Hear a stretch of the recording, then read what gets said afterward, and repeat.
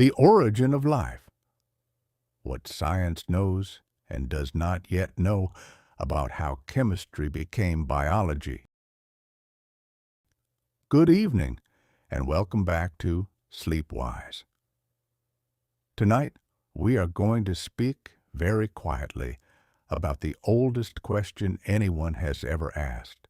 Not the oldest in years exactly, though it may be that too, but the oldest in the sense that it seems to have been waiting for us before we arrived.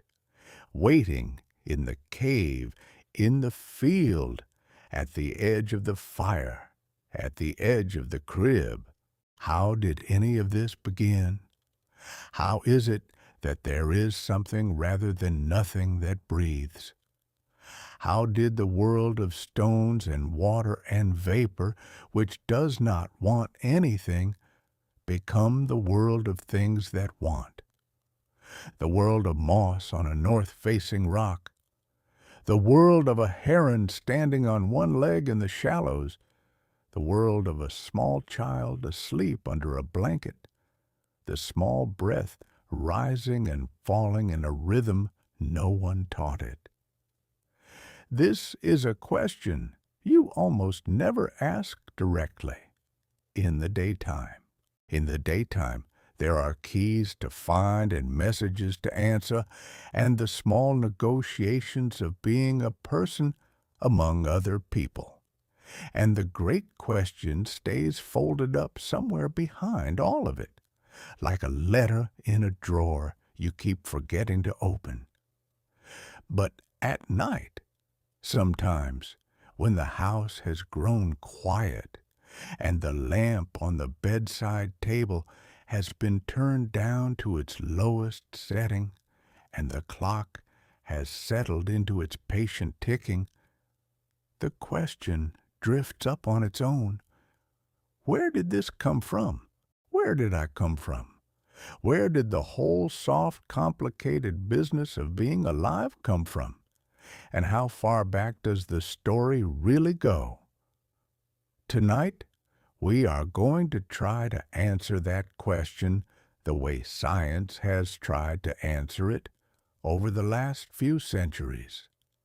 Not with a single clean answer, because there is not yet a single clean answer to offer you, but with a long, quiet walk through the ideas that have been proposed and the experiments that have been run, and the beautiful puzzles that still remain open.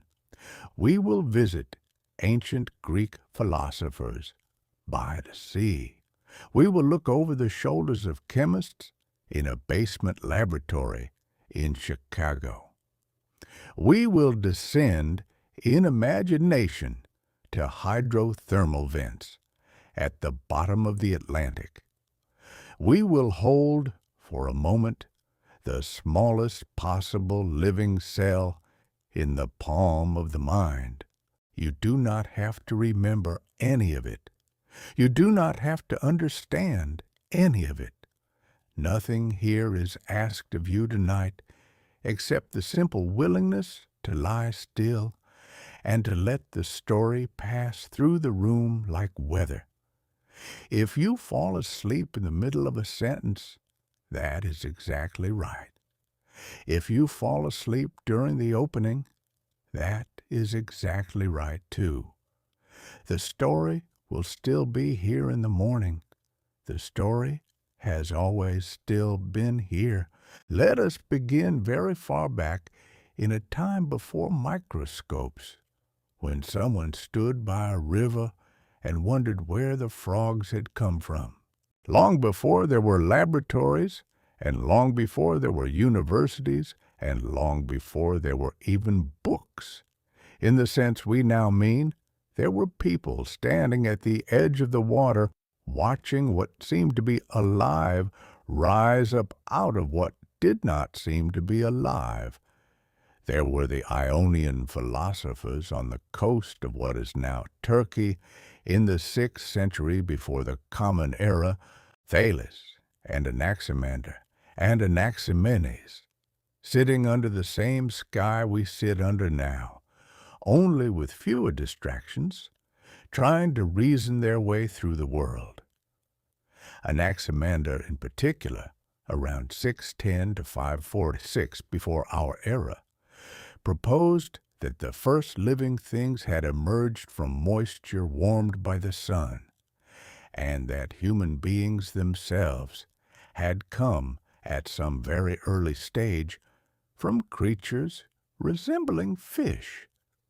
He said this without any of the equipment we now have. He said it just by watching the sea and thinking about it for a very long time. Then came Aristotle, in the 4th century before our era, who was in many ways the great systematizer of the ancient world, and who took a very long, very careful look at animals, at insects, at fish, at shellfish, at eels. And Aristotle noticed something that puzzled him. Eels seemed to appear in ponds where there had been no eels the season before. Flies seemed to rise up out of rotting meat. Certain small shellfish seemed to bloom out of the mud after rain. He could see no eggs. He could see no parents. He could see no clear line of descent. And so he concluded, reasonably enough given what he could see, that some living things simply arose spontaneously out of the non-living matter around them when the conditions were right. Warmth, moisture, a certain quality of the substrate, a certain readiness in the air. This idea, which we now call spontaneous generation, or sometimes Aristotelian abiogenesis, was not a stupid idea. It was, in fact, the most rigorous idea available at the time. It was the best account anyone could give with the tools they had. And it became, through Aristotle's enormous influence, the standard account of how small living things came to be in one form or another for nearly 2,000 years. 2,000 years. Try to feel the weight of that number for a moment.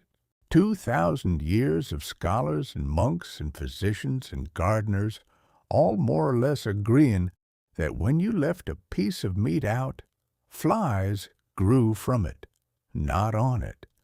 That when the Nile flooded and receded, the mud itself gave birth to frogs. That the sun on wet clay in certain seasons generated small living things directly. Under our arithmetic sense of history, that seems strange to us now. But the world they were describing was, in many ways, the world they could see. If you had never held a magnifying lens to a fly's egg, and you had never watched minute by minute how a maggot hatches, and you had never known that microorganisms existed, you would have looked at that meat, and you would have seen quite plainly that yesterday there had been no flies, and today there were. You would have concluded gently that the world was more generous than we now believe, that life was, in some quiet way, always waiting just under the surface of matter, ready to rise up when the conditions came around. There is something almost tender about that older world view. It imagined life as latent everywhere. It imagined a kind of readiness in the world. It made room for the possibility that even a stone under the right slant of sunlight might one day begin to breathe. We have since narrowed that picture very considerably, but we have not, if we are honest, closed the question all the way. And that is really what tonight's story is about. How we have narrowed the question, and how much of it remains open, and how kindly The darkness holds us while we ask it. Rest now, if you like. There is no need to keep your eyes on any of this. The names will come and go. The story will continue with or without you. In the middle of the 17th century in Tuscany, an Italian physician and poet named Francesco Redi did something very small and very careful, which would eventually crack open the whole ancient consensus. Redi lived from 1626 to 1697. He was a court physician to the Medici family and a member of the Accademia del Cimento, one of the earliest scientific societies in Europe. In 1668, he published a book called Esperienze intorno alla generazione degli insetti, which translates roughly as Experiments on the Generation of Insects. And in that book, he described one of the first properly controlled experiments in the history of biology. He took several jars. In each jar, he placed a piece of meat. Some of the jars he left open to the air. Some of the jars he sealed tightly, and some of the jars, in a beautifully thoughtful middle case, he covered with a fine gauze that let the air pass through but blocked anything larger. He then waited. In the open jars, exactly what Aristotle would have predicted happened.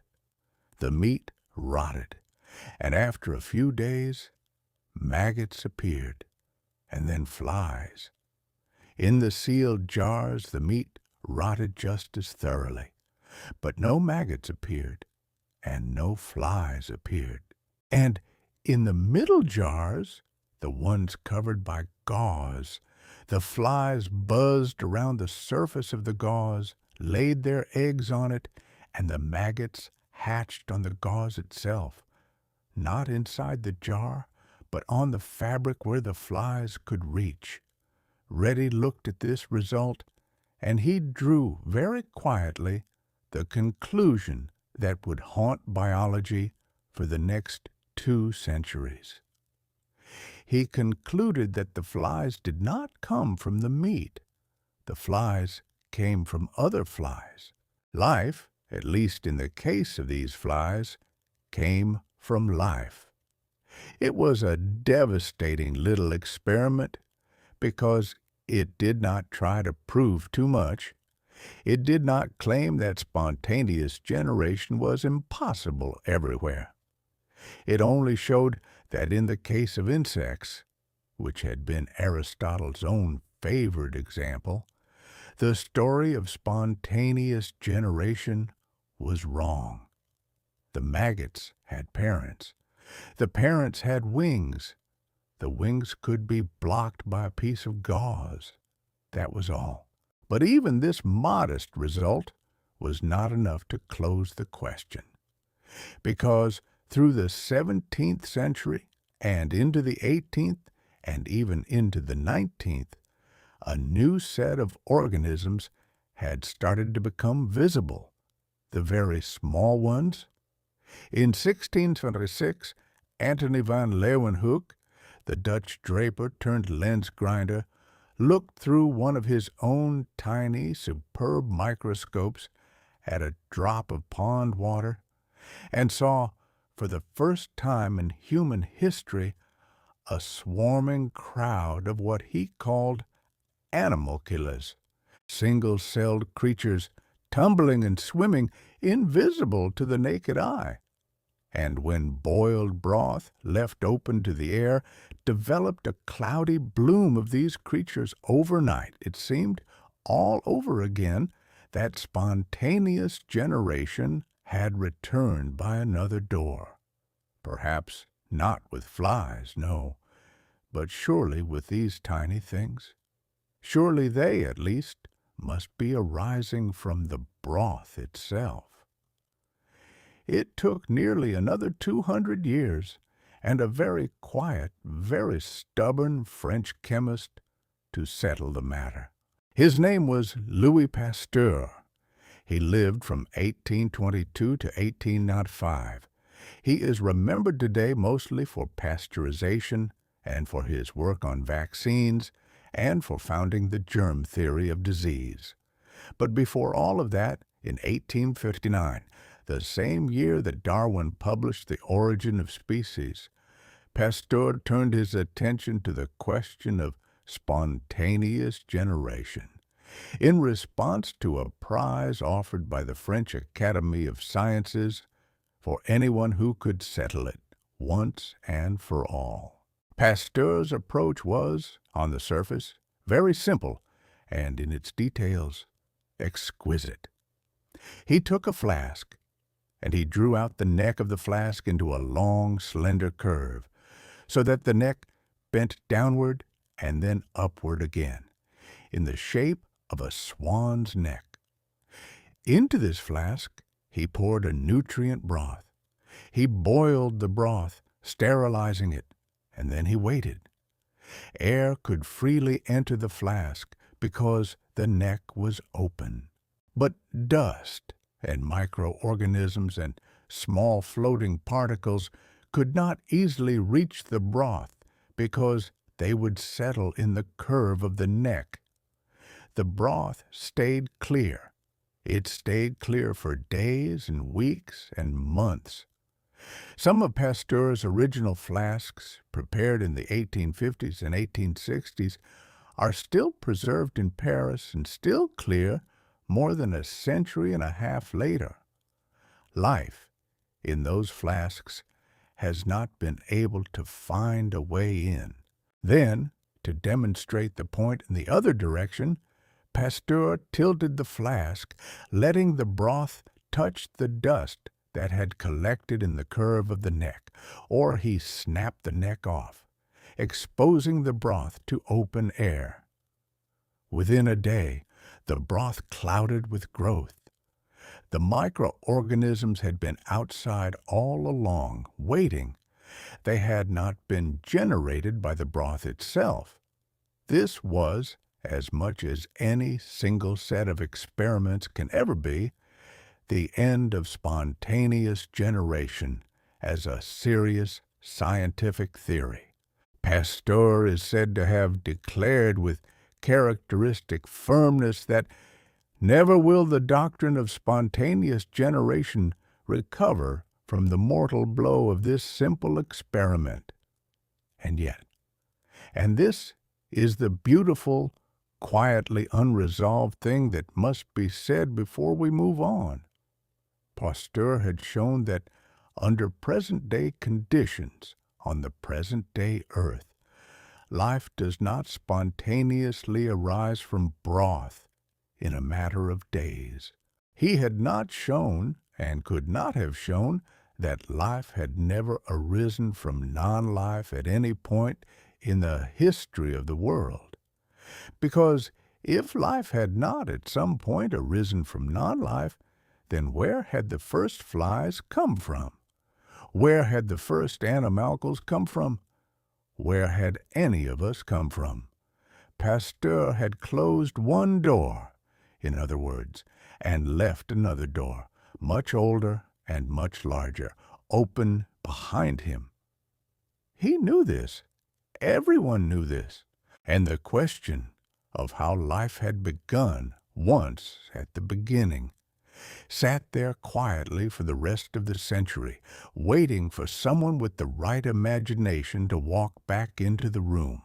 That someone, or at least the first of them, was Charles Darwin. And in a way that is very characteristic of Darwin, he did not raise the question in a book, and he did not raise it in a public lecture. He raised it in a private letter to a close friend in 1891. The friend was Joseph Dalton Hooker, the great English botanist and director of the Royal Botanic Gardens at Kew. Hooker and Darwin had been corresponding for decades, and their letters were filled with the small, generous, half-finished thoughts of two men who trusted each other completely. On the 1st of February, 1871, Darwin sat down to write Hooker one of these letters, and buried in the middle of it, almost as an aside, was a single sentence that would echo through science for the next 150 years. He wrote, and I will quote as closely as I can from memory of the passage, that it was often said that all the conditions for the first production of a living organism are now present, which could ever have been present. But if, and here he added his characteristic softening, if we could conceive in some warm little pond with all sorts of ammonia and phosphoric salts, light, heat, electricity, and so on, present, that a protein compound was chemically formed ready to undergo still more complex changes. At the present day, such matter would be instantly devoured or absorbed, which would not have been the case before living creatures were formed. Read that sentence again in your mind if you like, though there is no need. What Darwin was doing there, in that quiet parenthetical, was extraordinary. He was suggesting that at some very early point in the history of the earth, before there were any living things to eat what appeared, a warm little pond, containing the right chemicals and the right sources of energy, might have given rise to the first proteins, the first complex molecules of the sort that biology now uses to build itself. And once those had appeared, and could copy themselves, and could pass on what they had become, then life would have begun. Notice how modest the claim is. He does not say that this must have happened. He does not say when. He does not give a mechanism. He does not name a chemical. He simply says, if we could conceive of such a pond, then. It is more a suggestion than a hypothesis. It is Darwin thinking out loud, in the way that good scientists sometimes do in their correspondence, when they know the letter will not be read by strangers. But it is also, in another sense, the first modern formulation of the question of the origin of life. Because Darwin, for the first time, is asking a question that is chemically specific. He is not saying that life arose from mud in a general Aristotelian sense. He is saying that a specific class of molecules, formed under specific conditions, from specific ingredients, might have arisen once on the early earth, before there was anything to eat them. This was the seed. It sat there in the letter, unpublished during Darwin's lifetime. Hooker read it and set it aside and got on with his botany. Darwin himself moved on to other work. He was already an old man by then, and he had many other letters to write and many other correspondence to attend to. But the sentence had been thought. Once it had been thought in that way, it could not be entirely unthought. And after Darwin's death, when his letters were collected and published, other people read it and quietly began to think about warm little ponds. And that thinking in the following 50 years would deepen into a whole new field of chemistry. Imagine that pond for a moment, not scientifically, but just as an image in the mind. The early earth, the air is thick and strange. There is no oxygen worth speaking of. Volcanoes are steaming somewhere on the horizon. A shallow inlet on the edge of a young, restless sea, warmed by the sun through a hazy sky. Rain, when it comes, is warm. There are no birds. There are no fish. There is not even, so far as we know, anything that eats anything else. Just chemistry. Just water.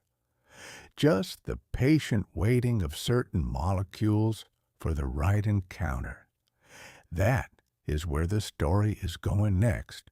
But the mind can rest here in the warm little pond for as long as it wants to. For 50 years after Darwin's letter, the question drifted. It was raised now and again in essays and in lectures, but no one had a way to work on it seriously. It was too large. It was too speculative. There were no instruments for it. There were, in a sense, no experiments one could imagine running. The chemistry was too vague, the ingredients too uncertain, the time scale too enormous. Then, in the 1920s, two thinkers on opposite sides of Europe, working independently and unaware of each other for some time, arrived at almost the same idea. The first was Alexander Ivanovich Oparin, a Russian biochemist working in Moscow and living in the aftermath of the Russian Revolution. In 1924, when he was 30 years old, Oparin published a small pamphlet in Russian called The Origin of Life, in which he laid out, for the first time in the modern era, a systematic hypothesis about how life might have chemically begun. His pamphlet was later expanded into a full book in 1936, translated into English and read widely. But the essential idea was already there in 1924, quietly circulating in Russian. Oparin proposed the following. The early Earth, he said, had had an atmosphere very different from the one we have now. It had been what chemists call a reducing atmosphere, rich in hydrogen, methane, ammonia, and water vapor, and largely lacking in free oxygen. Under such an atmosphere, and under the influence of energy sources like ultraviolet radiation from the young sun, and lightning and volcanic heat, simple molecules could have combined to form more complex organic molecules. These molecules would have gathered in the early oceans, forming what Oparin called a primordial soup, a warm, dilute broth of the raw materials from which life could eventually assemble itself. From this soup, he suggested, small droplets of organic material could have coalesced, and within them, more and more complex chemistry could have taken place, until eventually, after long ages, something that copied itself would have emerged. And once something copied itself, natural selection would have taken over, and the rest of the story would have followed. 5 years later, in 1929, an English biologist named John Burdon Sanderson Haldane, one of the most brilliant and eccentric scientific minds of his generation, published an essay in a British magazine called The Rationalist Annual. Haldane's essay was short. It ran to only a few pages, but in it he independently proposed almost exactly what Oparin had proposed. He too suggested a reducing atmosphere. He too suggested that ultraviolet radiation would have driven the formation of organic molecules.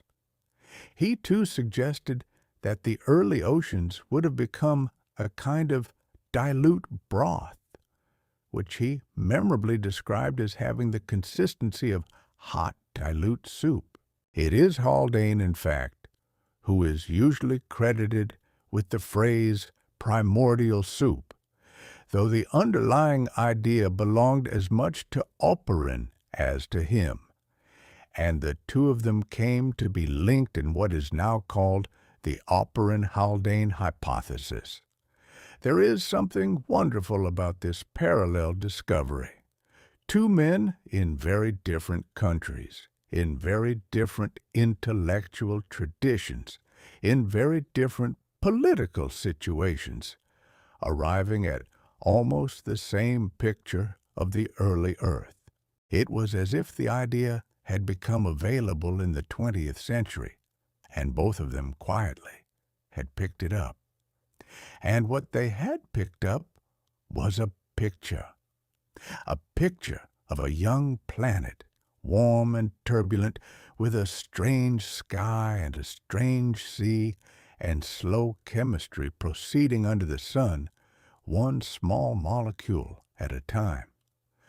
The Oparin-Haldane hypothesis had a beautiful property.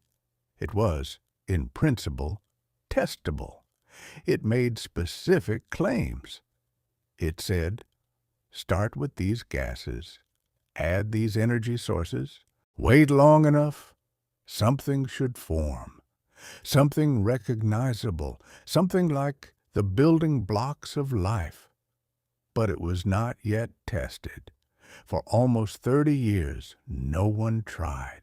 It sat there in the literature, elegant and unproven, waiting for someone to walk into a laboratory and turn it into an experiment. And then, in 1953, a graduate student in Chicago did exactly that. The lamp on your bedside table is very quiet. The sheets are warm. The story continues. Stanley Miller was 23 years old. He was a graduate student in chemistry at the University of Chicago, working under a professor named Harold Urey, who had won the Nobel Prize in 1934 for the discovery of deuterium, the heavy isotope of hydrogen. Urey was one of the great chemists of the 20th century, and he had become interested in his later career in the chemistry of planets, in the composition of atmospheres, in the origin of the solar system, in the conditions that might have prevailed on the early Earth. He had given a lecture in 1952 on this subject, and Miller had attended it, and had asked afterwards whether it might be possible to actually run an experiment along the lines that Oparin and Haldane had proposed.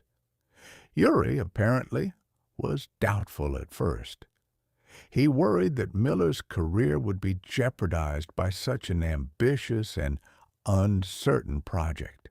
But Miller was persistent, and so, in the fall and winter of 1952, and into the spring of 1953, in the basement of the George Herbert Jones Laboratory at the University of Chicago, Stanley Miller set up an apparatus that has since become one of the iconic images of 20th century science. Imagine it. 2 glass flasks connected by glass tubing arranged in a loop. In the lower flask, a small amount of water meant to represent the primordial ocean.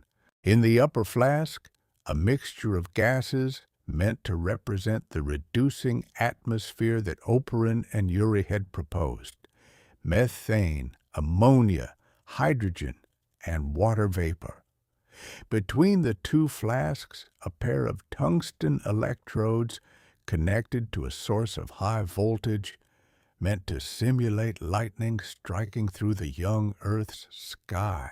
And around the loop, glass tubing, cooled with a water jacket, meant to simulate rain, condensing the vapor and returning it to the lower flask, so that the cycle could continue indefinitely.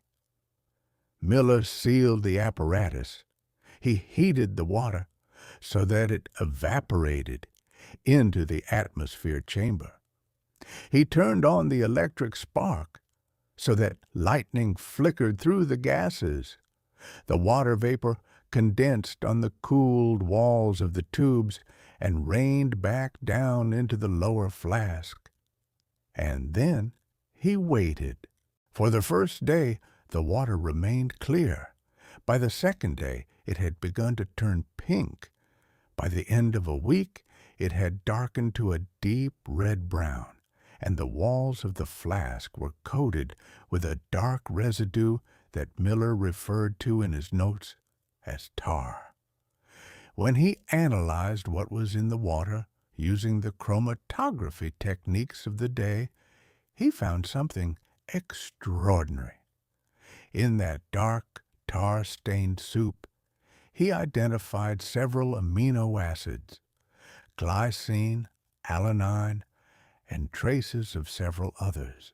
Amino acids, the very building blocks that living cells use to construct proteins, the very molecules from which all of biology's machinery is assembled. They had appeared in a matter of days in a sealed glass flask from nothing but methane and ammonia and hydrogen and water and a spark of electricity. Miller wrote it up quickly. Urey generously insisted that the paper be published under Miller's name alone, believing that the credit should go to the graduate student who had done the work. The paper appeared in the journal Science on May 15, 1953, under the title A Production of Amino Acids Under Possible Primitive Earth Conditions. It was less than 2 pages long, and it landed like a small, quiet thunderclap. For the first time in the long history of the question, someone had actually made pieces of biology out of pieces of non-biology in a controlled laboratory setting, using conditions that were plausibly like those of the early Earth. It was not the same as making life. Miller himself was careful from the start to say so. He had made amino acids, not organisms. He had produced fragments, not a whole. But he had proved that the fragments could form. He had proved that the first step, at least, could be walked. And that was enormous. The reaction in the scientific community and in the wider culture was immediate. Newspapers and magazines carried headlines about life in a test tube. Miller became briefly famous. Urey characteristically deflected the attention to his student, and for a few years in the mid-1950s, it looked as if the whole problem of the origin of life might be on the verge of being solved. Give scientists a few more decades, some people thought, and they will produce from the same kind of soup a full and functioning cell. Of course, it was not going to be that simple. It was not going to be that simple at all.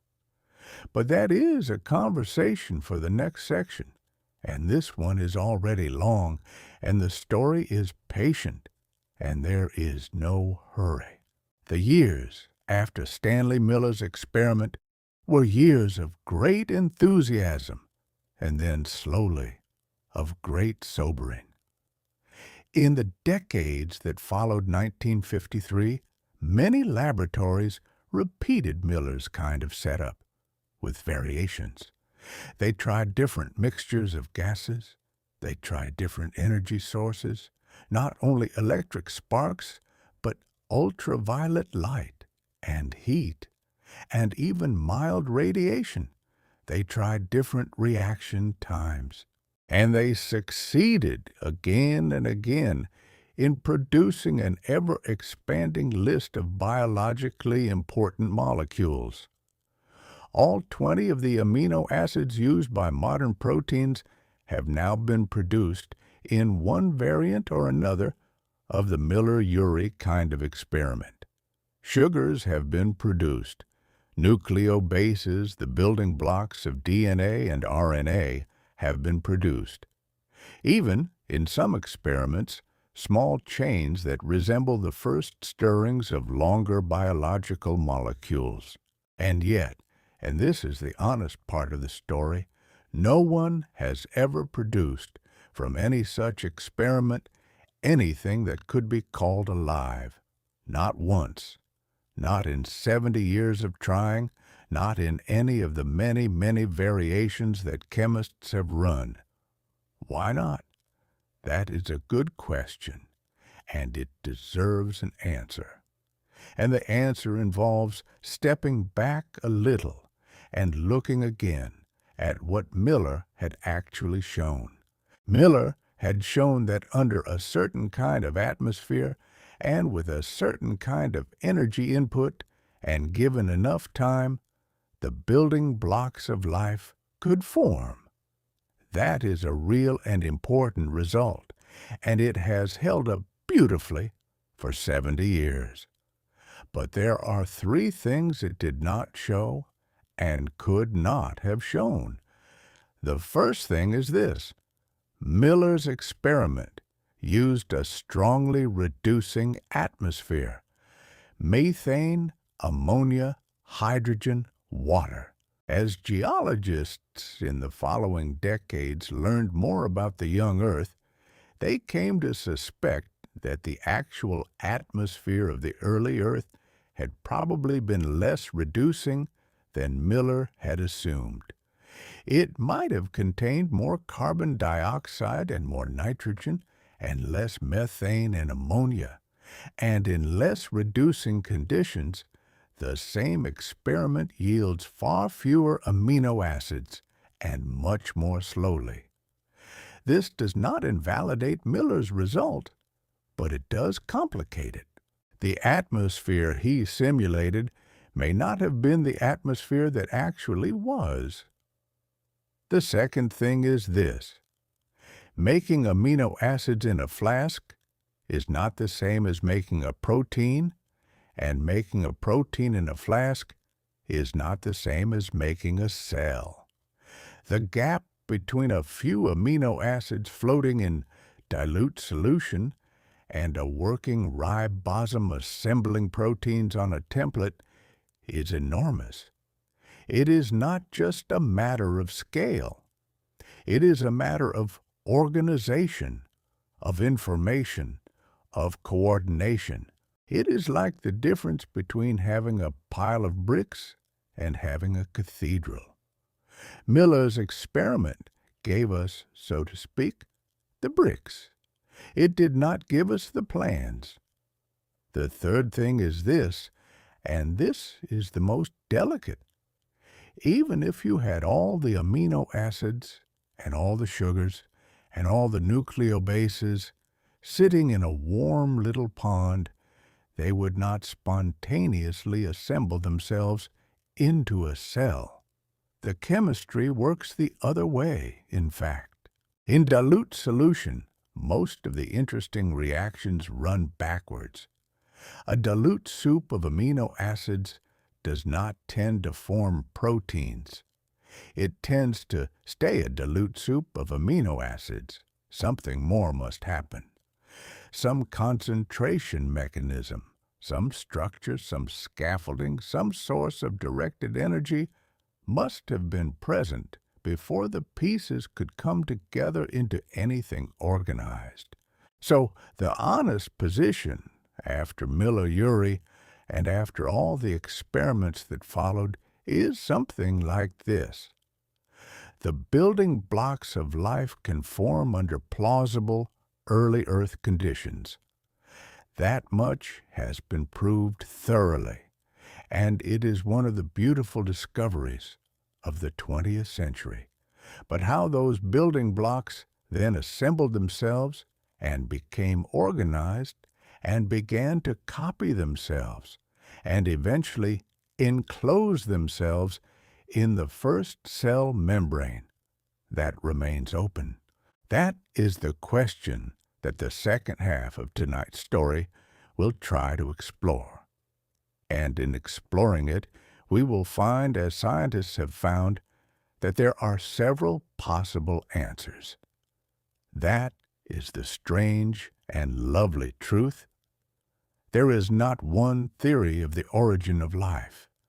There are several, all of them plausible, none of them yet proven, all of them worth thinking about, quietly, without needing to decide, on a night like this, with the room dim and the mind at rest.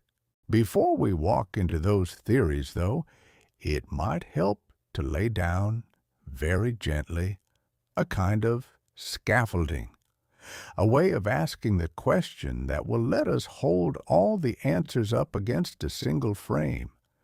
Because it turns out that any theory of the origin of life, whatever else it says, has to explain 4 things. And once you have those 4 things in mind, you can listen to the rest of the story as if you were listening to variations on a theme. The first thing any theory has to explain is chemistry.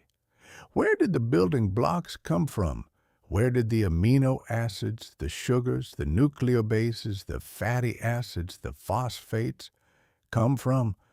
Were they made on Earth, in the atmosphere, or in the oceans, or on mineral surfaces? Were they delivered from space, on meteorites and comets? Were they made in some particular kind of place? In a warm pond, in a hydrothermal vent, on a wet clay bank, in an ice sheet? The chemistry question is about the ingredients, and any theory of origin has to say where the ingredients came from.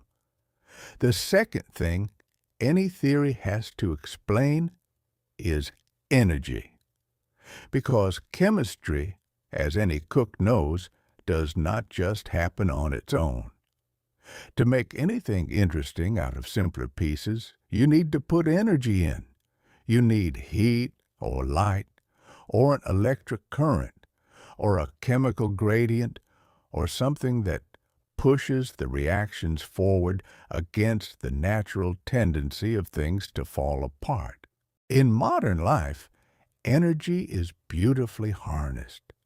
Every cell has an elaborate system for capturing energy from food or from sunlight and using it to power the assembly of molecules. But before there were cells, there had to be some pre-cellular way of harvesting energy. Sunlight on the surface of the water, chemical gradients and cracks in the ocean floor, heat from the young Earth's still cooling interior. Something had to be the fuel, and any theory of origin has to say where the fuel came from. The third thing any theory has to explain is information, and this is the deepest and the strangest of the 4, because life is not just chemistry. Life is chemistry that carries a message. Every cell in every living thing on Earth carries a set of instructions, written in the language of DNA, translated through RNA, executed by proteins, that specifies in detail how to build another cell. That instruction set can be copied and passed down and mutated and selected on. It is because there is information that there can be evolution, and it is because there can be evolution that there can be everything else. But information is a very peculiar thing. It requires a code and a copying machinery, and a way to read out the code, and a way to translate the code into action. All of that has to come from somewhere. And any theory of origin has to say how the first information system arose. The fourth thing any theory has to explain is boundary, because a cell is not just a bag of chemistry and a book of instructions. A cell is chemistry inside a membrane.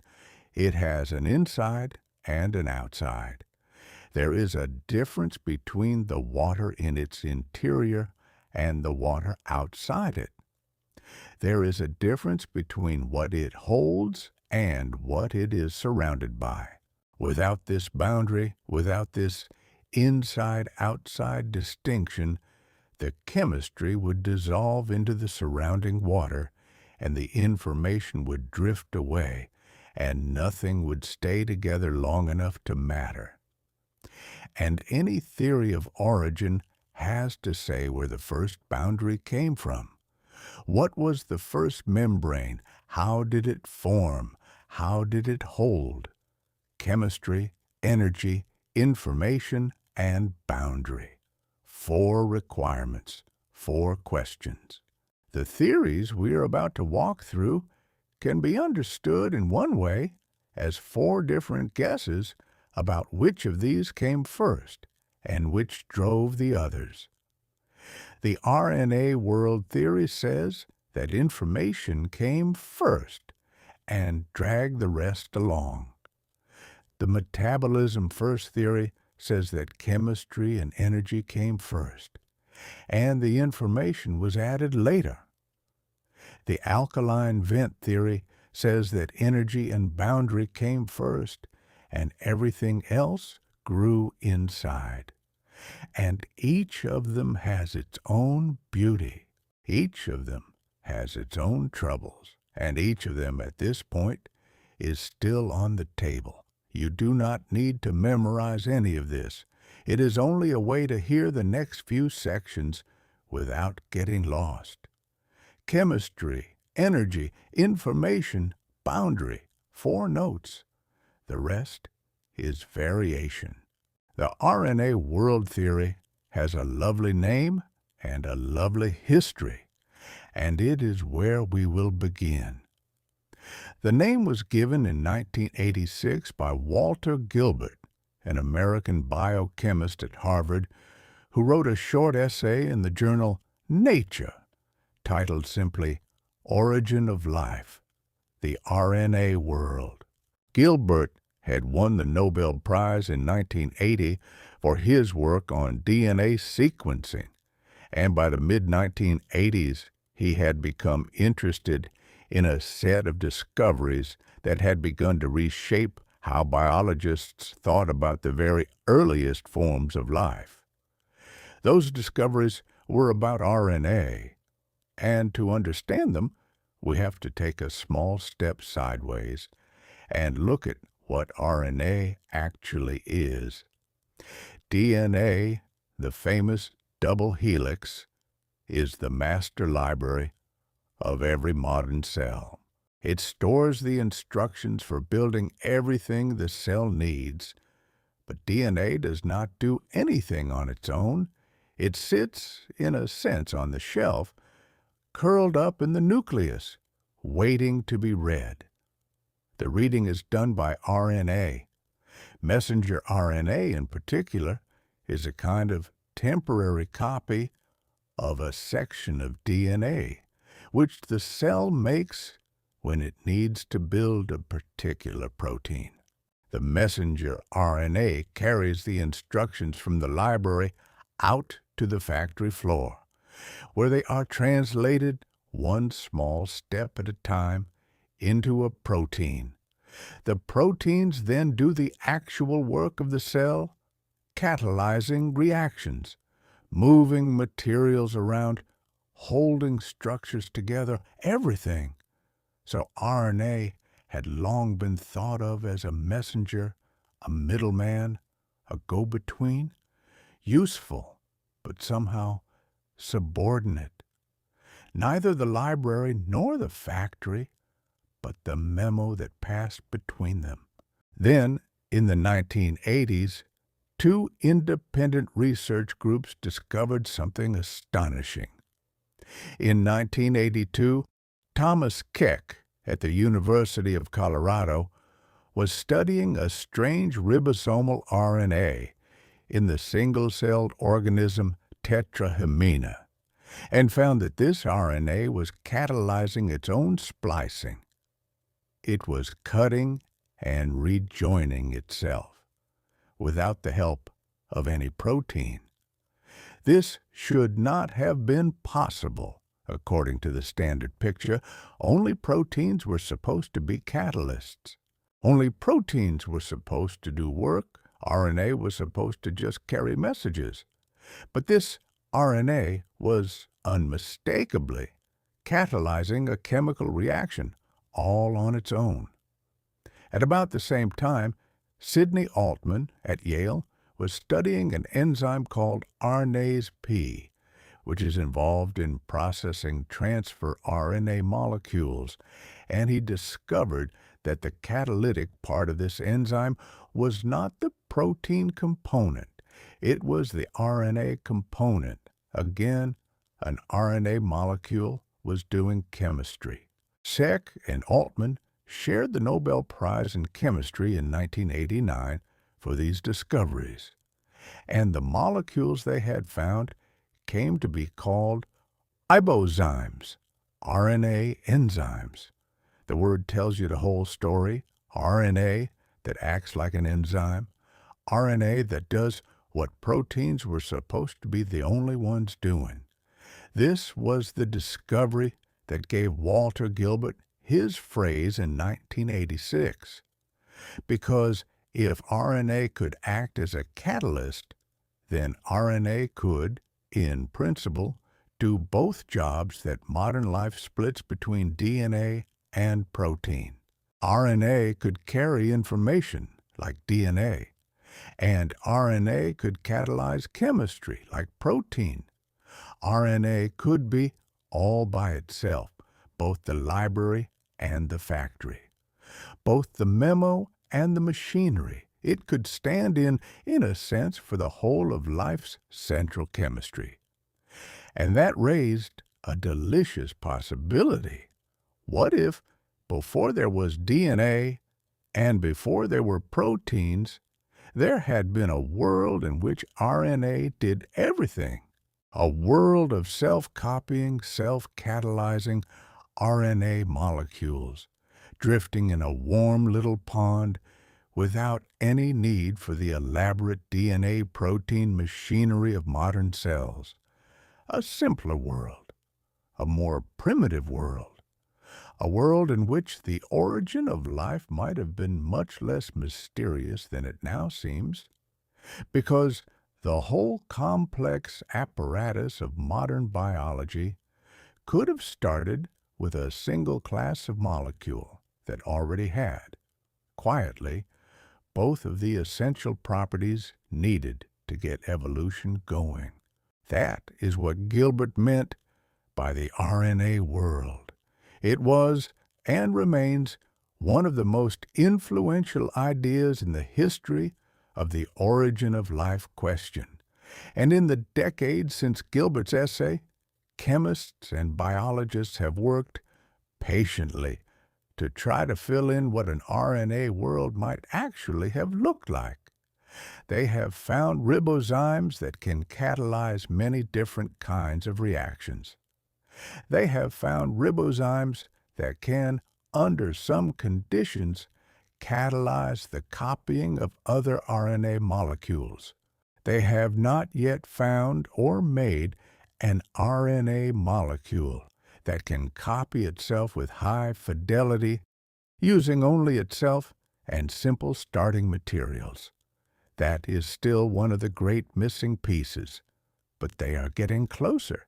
Each decade brings a little more of the picture into view, and in that view, the origin of life becomes something like this. First, somewhere, somehow, an RNA molecule arose that could copy itself, however imperfectly. Once it existed, natural selection took over. RNA molecules that copied themselves faster or more accurately or in more varied ways outcompeted those that did not. Slowly, over many generations, the RNA world grew richer. Eventually, some of those ribozymes learned to make proteins. Then the proteins took over most of the catalytic work because they were more versatile.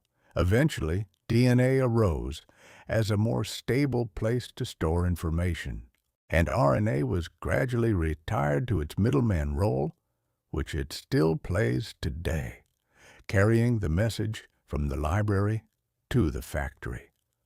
That, at least, is the story the RNA world theory tells. And it is a beautiful story. It is a story in which the strange, apparently redundant molecule of RNA that sits in every cell like a leftover from an older age turns out to be exactly that. A leftover from an older age, a survivor, a witness, something ancient still doing its work in every one of us tonight as we lie in the dark and breathe. There is a puzzle sitting inside the RNA world theory, however, which is worth pausing on. Because if you look carefully at how modern life works, you find yourself in a curious position, chemically speaking. It is the classic chicken and the egg problem, but in a form that is even more elegant than the biological one. Here is the puzzle. In modern cells, DNA stores the information, but DNA cannot be copied without a whole cast of proteins, called polymerases, that are themselves specified by DNA. The proteins that copy DNA are made by reading DNA, but you cannot read DNA without the proteins, so which came first? The protein or the DNA that codes for it? Neither can exist in its modern form without the other. Neither can be made in its modern form without the other. If you tried to design this system from scratch, you would find that at every point you needed the finished version of the other component in order to make it. It is like a factory that manufactures its own blueprints, and blueprints that specify how to build the factory. Where do you begin? For a long time, this looked like a paradox that could not be resolved by any simple story. The two systems, information and machinery, seemed to require each other so completely that they could only have come into existence together in some single, staggeringly improbable event. That is not a satisfying answer scientifically. Nature is generally not so dramatic. Nature likes small steps, one after another, each one plausible on its own. The RNA world theory solves this puzzle, or at least offers a way through it, precisely because RNA can do both jobs. In the RNA world, there is no chicken and there is no egg. There is only RNA. RNA carries the information. RNA catalyzes the chemistry. RNA copies RNA. The whole system, in principle, can bootstrap itself out of a single kind of molecule, and only later, when the system is up and running, do proteins and DNA appear as improvements on the original scheme. You can think of it if the image helps, like the way certain old inventions worked. The very first radios were both transmitter and receiver in a single unit because there was no separate infrastructure yet. Only later, as the technology matured, did transmitters and receivers become distinct devices. Or the way certain animals very early in evolutionary history had mouths that were also anuses, single openings that served both functions before the specialized tubes of modern digestion evolved. There are many examples in nature and in human technology of a single component doing two jobs first and then splitting into two components later, each specialized for one job. The RNA world theory says that this is what happened at the origin of life. The single molecule RNA did everything at the beginning, and then, over time, it delegated the catalytic work to proteins, which are chemically more versatile. It delegated the information storage work to DNA, which is chemically more stable, and it retained for itself the messenger role, which is what we see today. The reason RNA still exists at all in modern cells is not that it is optional. It is that it was there first. It was the founder. It could not be entirely replaced because too much of the deep machinery of the cell had been built around it. And so it stayed, doing its job, quietly, forever after. There are difficulties with this theory. There are always difficulties. One is that RNA is a rather fragile molecule. It falls apart under many conditions that would have been common on the early Earth. Another is that the specific sugar that forms the backbone of RNA, ribose, is difficult to make from plausible early Earth chemistry, and even more difficult to make selectively, without 100 other sugars forming alongside it. Another is that we have not yet in the laboratory produced an RNA molecule that can copy itself indefinitely, though we have gotten closer with each passing decade. The picture is not complete, but the picture is coherent, it is elegant, it resolves the deepest chicken and egg paradox at the heart of biology, and it stands today as probably the most widely held theory of the origin of the information system that life requires. That does not, however, mean it is the whole story, because information is only one of our 4 requirements. Information also needs energy, and it needs chemistry to feed it, and it needs a boundary to hold it. And the RNA world theory by itself does not explain where those came from. That is where the next set of theories enters, and they enter through a very different door. Not through information, but through metabolism. The room is quiet. Nothing needs to be resolved tonight. The story simply moves. The metabolism-first theory of the origin of life is, in its way, the opposite bet. Where the RNA world says information came first and everything else followed, the metabolism-first theory says that chemistry came first and information came later, once there was something worth copying. The most careful and long-standing version of this theory was developed by a German-born chemist named Gunther Wächtershäuser, who is, unusually for a scientist, primarily a patent lawyer by profession, and who has done much of his origin of life work outside the traditional academic system. In 1988, Wächtershäuser proposed what he called the iron-sulfur world hypothesis, and it is one of the most quietly powerful ideas in the whole field. Wächtershäuser's starting point was the observation that many of the most fundamental reactions in modern metabolism, the cycles by which cells extract energy from food and turn it into the currency of biological work, use at their very centers small clusters of iron and sulfur atoms. These iron-sulfur clusters are ancient. They appear in the deepest and most conserved parts of the metabolic machinery of every living thing.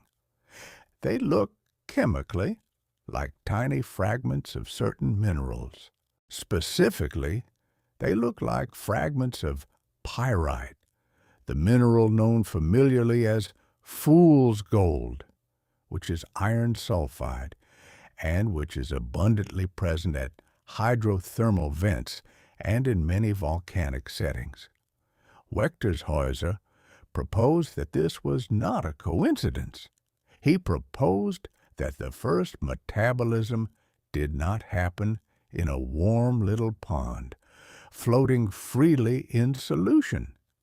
It happened on the surface of pyrite. The negatively charged surface of the mineral, he suggested, could have held small organic molecules in place in the right orientations next to each other and catalyzed reactions among them that would not have taken place in solution. The iron and sulfur atoms of the mineral could have donated and accepted electrons, providing the energy for chemical work. The organic molecules formed on the surface could have grown longer, richer, more elaborate. Cycles of reactions could have established themselves, reactions in which the product of one step became the input of the next, and the product of the last step regenerated the input of the first. Once such a cycle was running, it would have persisted because it was self-sustaining. And once several such cycles had emerged, they could have coupled to each other and grown into a metabolism. And eventually, much later, some of the molecules produced by this metabolism would have become capable of encoding themselves. Information would have entered late as a bookkeeping device over an already running chemistry. This picture has several things going for it. It solves the concentration problem. The molecules are not floating around in dilute solution. They are held on a surface at high effective concentration in specific arrangements. It solves the energy problem. The iron-sulfur mineral provides a source of electrons, and the geothermal setting provides heat and chemical gradients. It solves the boundary problem in a certain sense because the mineral surface itself provides a kind of scaffolding, a place where the chemistry happens and to which it is confined. And it fits beautifully with the observation that iron-sulfur chemistry is at the deep heart of modern metabolism, as if a fossil of the original setting had been preserved inside every living cell. The main difficulty with the metabolism first theory is that it has not been possible so far to demonstrate a self-sustaining metabolic cycle in the laboratory, using plausible early Earth conditions and no biological catalysts. People have shown pieces of the puzzle. They have shown that certain reactions on iron-sulfur surfaces do proceed. They have shown that some of the key intermediates of modern metabolism can be produced in this kind of setting, but no one has yet closed a full cycle. The chemistry gets partway and then falls off the edge. Whether this is a matter of not having found the right conditions or a sign that the theory is missing something essential is not yet clear. There is also the deeper worry that even a running metabolism without any information storage system cannot really evolve in the way that living things need to. Because if there is no memory, no way to record a change and pass it on, then any variation that appears will simply be washed away as the chemistry moves on. Metabolism first, theorists have proposed various answers to this. Perhaps the chemistry itself carries a kind of memory. Perhaps certain configurations of molecules on the mineral surface are more stable and reproduce themselves. Perhaps the transition to a genuine information system happened relatively early. But it is a real puzzle, and it remains open. Still, the metabolism first theory has a kind of quiet dignity to it. It takes seriously the fact that modern biology is not, at its base, a machine for copying information. It is, at its base, a way of harvesting energy from the environment and using that energy to build and rebuild itself. It says that this is what came first, not the message, but the meal, not the library, but the kitchen. And once there was a kitchen running steadily, someone eventually wrote down the recipes.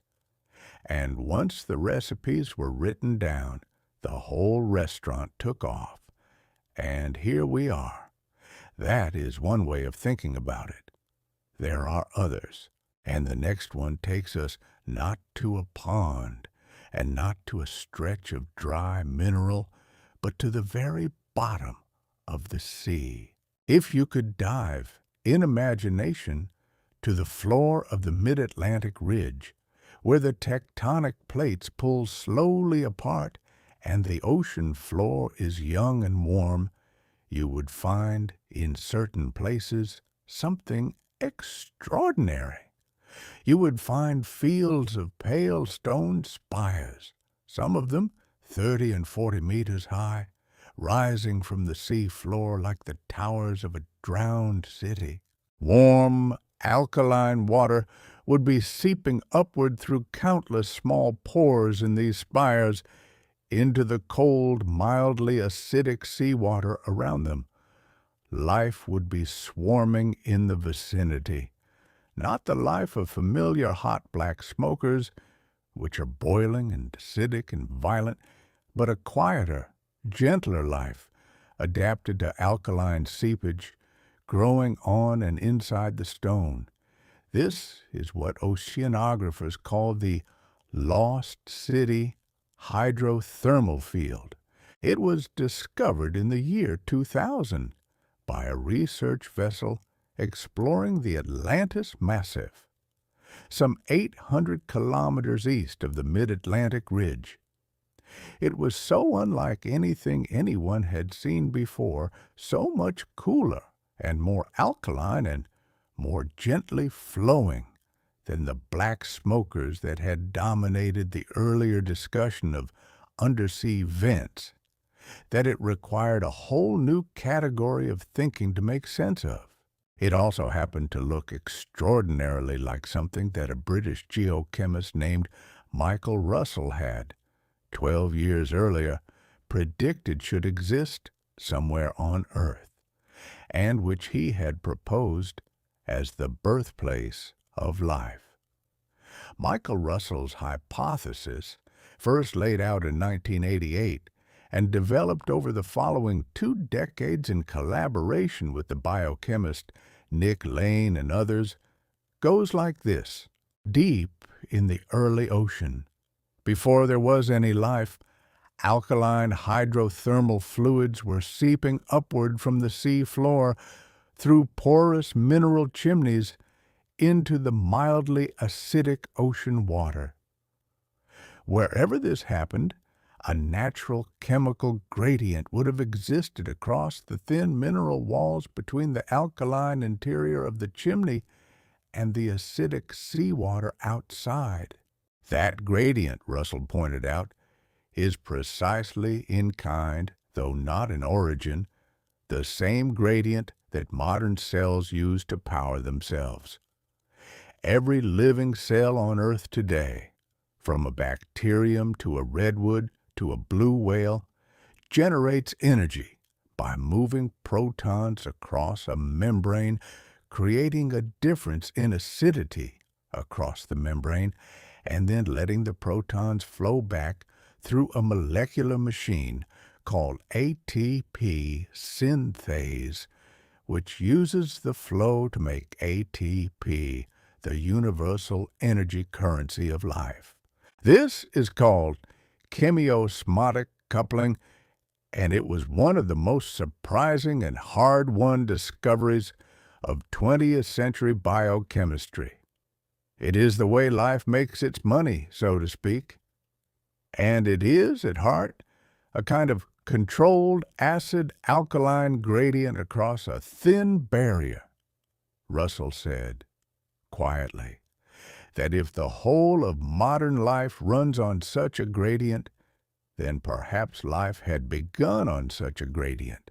Perhaps the earliest metabolism had not required an atmosphere at all, and not required a warm little pond, but only a thin mineral wall in an ancient alkaline vent, with acidic ocean on one side and alkaline seepage on the other, and a whole natural, freely available energy source running through it, day and night, for thousands or millions of years.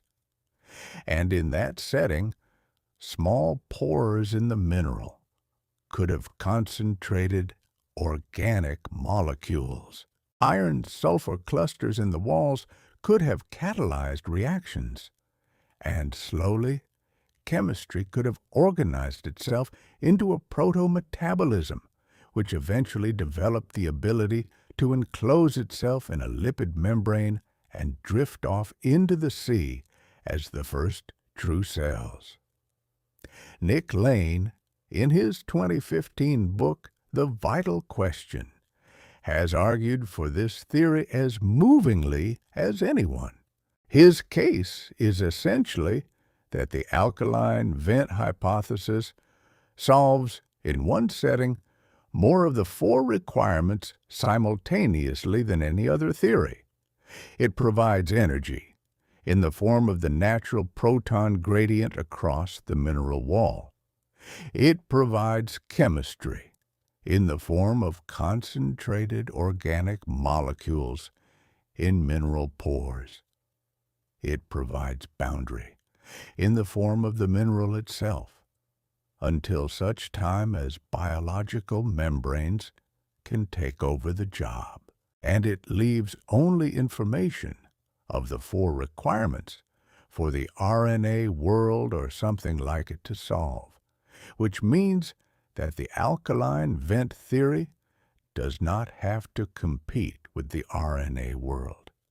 It can, in principle, contain it, or precede it, or lay the physical stage on which it played out.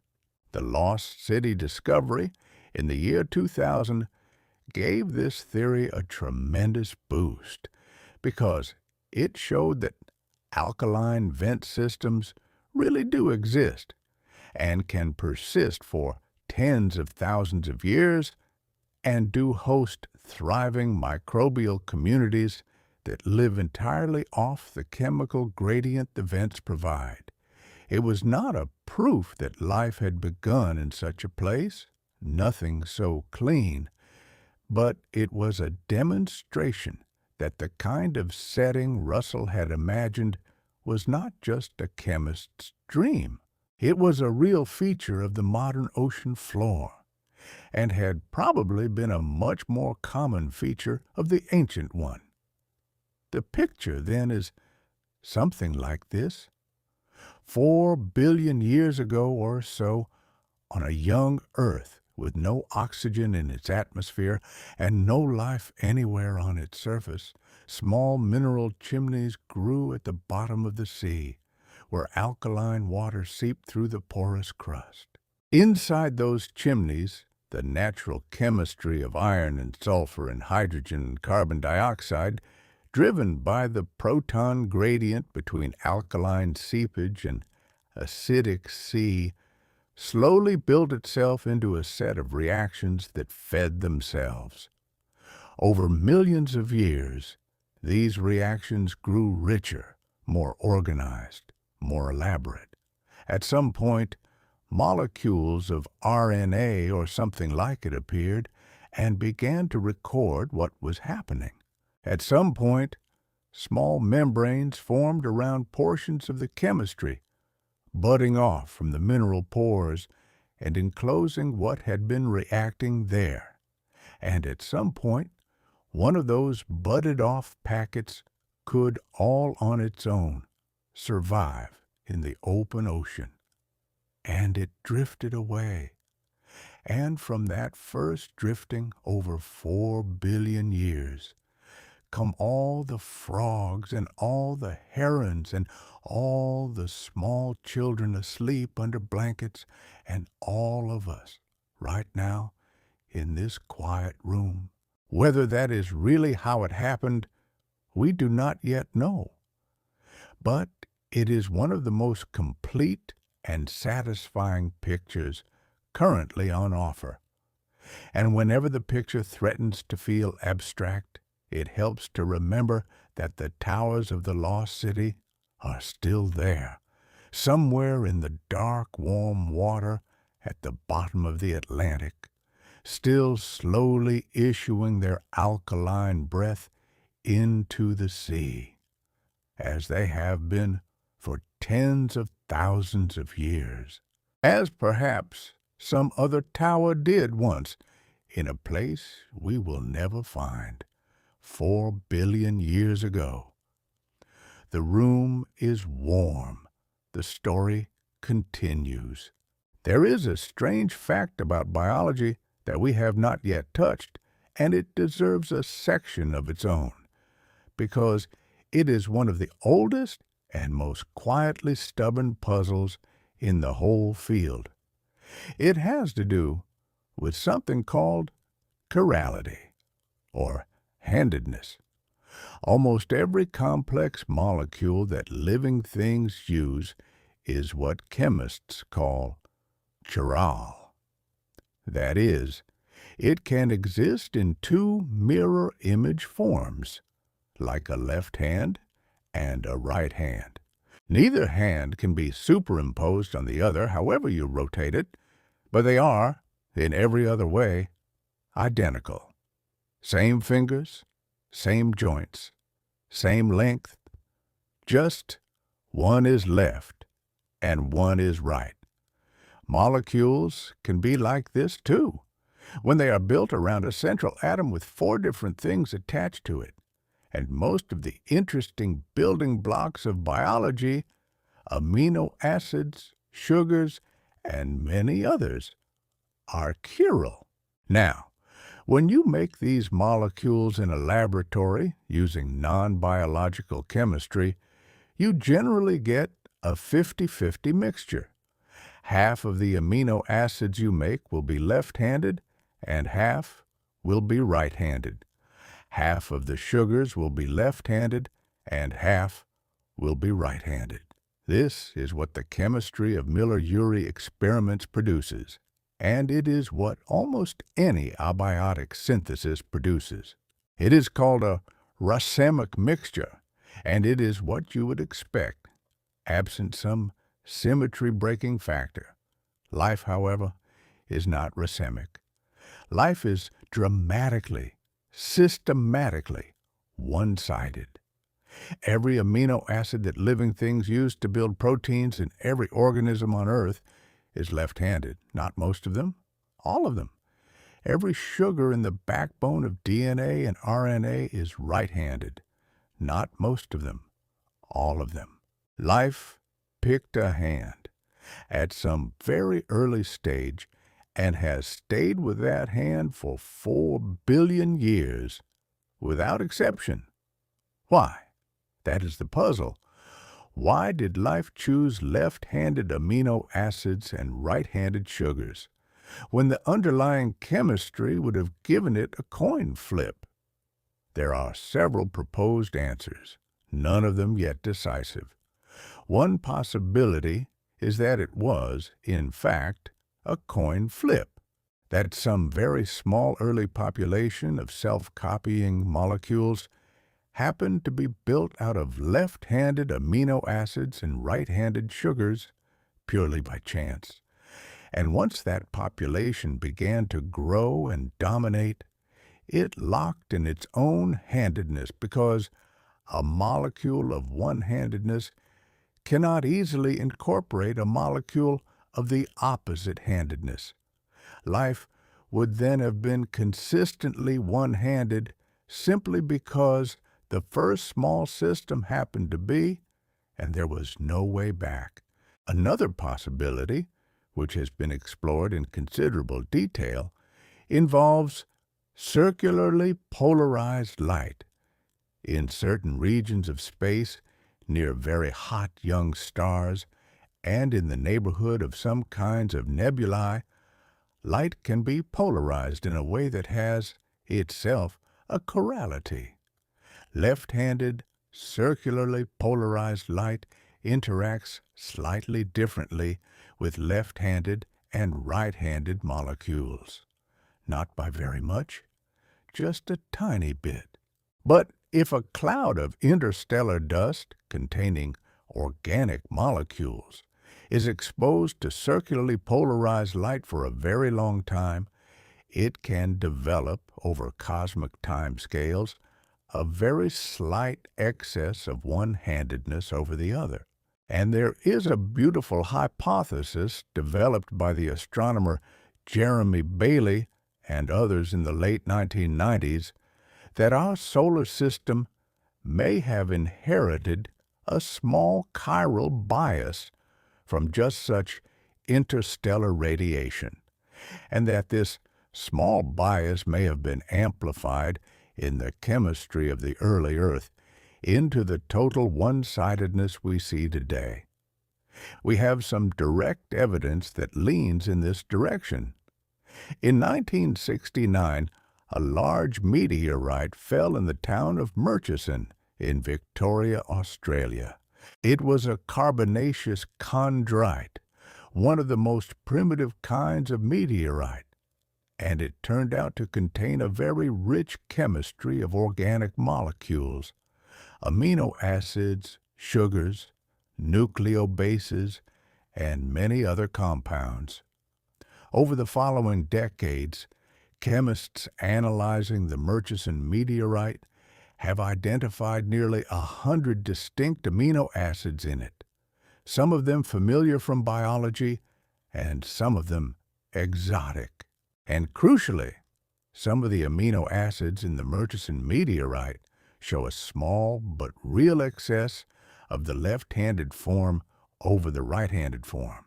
Not a large excess, a few percent, but real and reproducible, and detected in multiple independent analyses. Life on Earth, in other words, may have inherited its handedness not from anything that happened on Earth at all, but from chemistry that had already been tilted out in the dust cloud that preceded our sun. There are other proposed mechanisms, too. Some involve the weak nuclear force, which is itself chirally asymmetric and which could in principle bias molecular stability by an unimaginably small but perhaps significant amount. Some involve the way certain minerals crystallize with tiny facets that preferentially absorb one-handedness of amino acid over the other. Some involve the physics of certain natural amplification systems that can take a small chiral bias and drive it toward pure one-handedness through repeated cycles of dissolution and crystallization. We do not know which of these, if any, is the real explanation. It may be more than one. It may be something no one has yet proposed. What we do know is that one of the deepest and most universal features of biology, the fact that every one of us is built out of left-handed proteins and right-handed genetic sugars is a fact whose origin is still an open puzzle. And there's something quietly beautiful in that. There is something quietly beautiful in the fact that so much of our own chemistry is still a mystery to us, and that we, who are built entirely of it, do not yet know why it went one way rather than the other. Nothing needs to be resolved. The mystery is there, and it does not require us to solve it tonight. The blanket is warm, the lamp is dim, the mystery so gently. Around the same time that the RNA world and the alkaline vent theories were being developed, another line of work was quietly making progress on a different piece of the puzzle. This line of work was concerned with the fourth requirement, the boundary. Where did the first cell membrane come from? How could a bag of chemistry ever have come into being without a bag to hold it, and without the machinery to build a bag? The central figure in this story is Jack Szostak, a Canadian-American molecular biologist who spent much of his career at Harvard Medical School and the Massachusetts General Hospital. In 2009, Szostak shared the Nobel Prize in Physiology or Medicine, though for a different piece of work, his study, with Carol Greider and Elizabeth Blackburn, of how chromosomes are protected by telomeres. But quietly, alongside that work, and increasingly in the years leading up to and following the Nobel, Szostak had been working on the origin of the cell. His approach was elegant. Modern cell membranes are made of a class of molecules called phospholipids, which are complicated to build and require biological machinery to assemble. But there is a simpler class of molecules called fatty acids, which are the raw ingredients from which phospholipids are eventually made, and which can form membranes all on their own, without any biological help. Fatty acids are ordinary molecules. They are what you find in soap, in vegetable oil, in the fats of any living thing. They are also, importantly, molecules that can be produced by non-biological chemistry. They have been detected in meteorites. They can be synthesized in Miller-Urey-style experiments. They are the kind of molecule that a young Earth would have had lying around. Fatty acids have a curious property. If you put them in water, they do not simply dissolve. They arrange themselves spontaneously into structures called vesicles. Each vesicle is a tiny hollow sphere, walled by a double layer of fatty acid molecules, with water inside and water outside. The molecules line up because they have a water-loving end and a water-hating end, and the geometry of a double layer wrapped around a sphere satisfies both preferences at once. This happens without any energy input. It happens because it is the lowest energy configuration for the system. It is, in a certain sense, just what fatty acid molecules do in water. Szostak and his colleagues showed that these fatty acid vesicles have a set of properties that are startlingly lifelike. They can grow when more fatty acid molecules are added to the surrounding solution, because the new molecules incorporate themselves into the existing membrane. They can divide under certain conditions when they grow too large, splitting into smaller vesicles that carry with them roughly half of what was inside the parent. And most beautifully, they are permeable to small charged molecules like nucleotides, the building blocks of RNA, which means that RNA precursors can pass into the interior of the vesicle from the surrounding solution. So imagine this. On an early Earth, in some setting we do not yet know for certain, fatty acid molecules were forming and were arranging themselves into vesicles. Some of those vesicles happen to enclose in their interiors small chains of RNA. As nucleotides drifted in from the outside, the RNA inside could grow. If the RNA inside was catalytic, if it could copy itself, then some vesicles began to accumulate more and more RNA, faster than the vesicles could dilute it by growing. Those vesicles grew physically and eventually divided. The daughter vesicles carried with them half of the RNA that had been inside the parent, and they in turn began to grow. And in this way, without any planning and without any information system in the modern sense, a rudimentary population of self-copying, self-dividing, membrane-bound chemistry began to exist.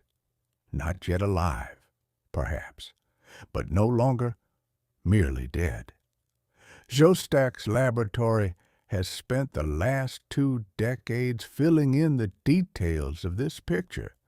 They have shown that certain kinds of clay can catalyze the formation of fatty acid vesicles and can also concentrate RNA nucleotides inside them.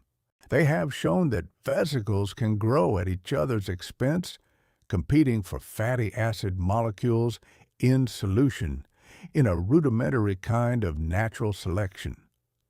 They have shown that under certain conditions, non-enzymatic RNA copying can occur inside fatty acid vesicles, driven by chemistry alone, without proteins.